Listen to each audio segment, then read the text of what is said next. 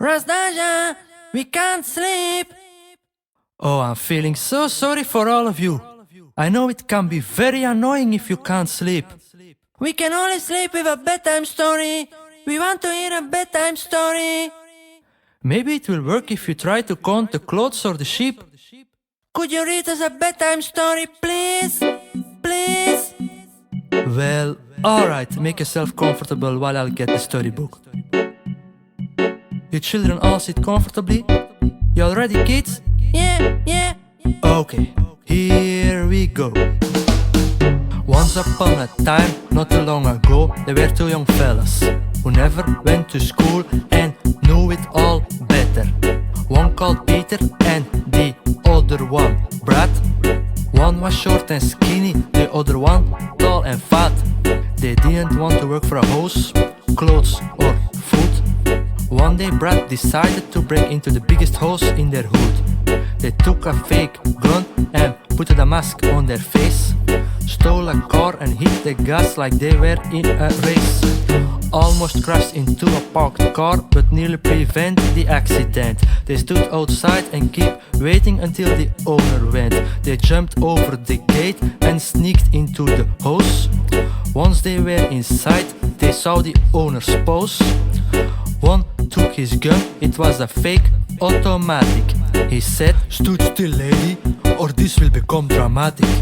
She didn't move and said, Please don't shoot, guys. On that time, she looks very scared in Peter's eyes. He fell in love with her immediately and told Brad to let her go.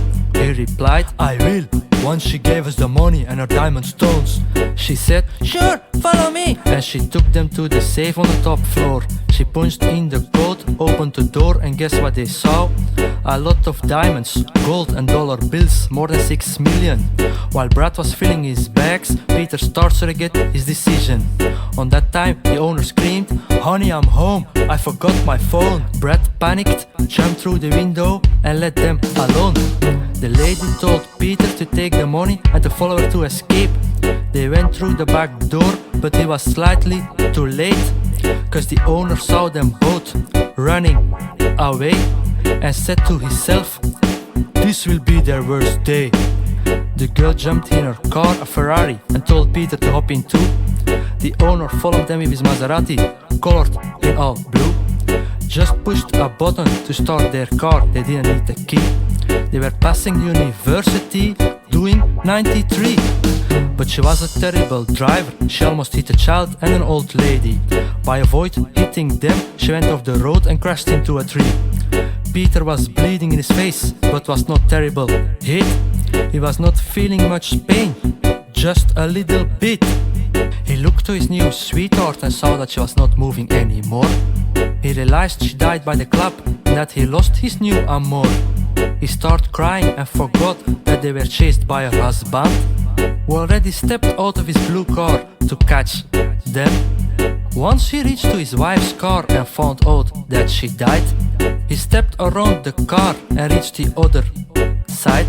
He opened the door and looked Peter in his eyes. He took his pistol out of his pockets and screamed, "Surprise!" That man shot Peter, the whole town could hear him scream. He died on that place together with the woman of his dreams.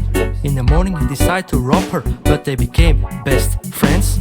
I have to stop right here, cause this story comes to an end. This story ain't funny, so don't you dare laugh.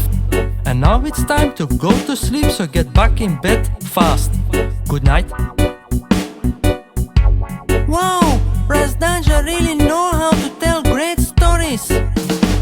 How he can do all that just by himself? I don't know, that's just crazy. He got a crazy tongue, it's really crazy. I'm really jealous of his children, cause with a daddy who could tell just that kind of great stories whenever you want, it must be very entertaining. I want a daddy like him too. Yes, me too.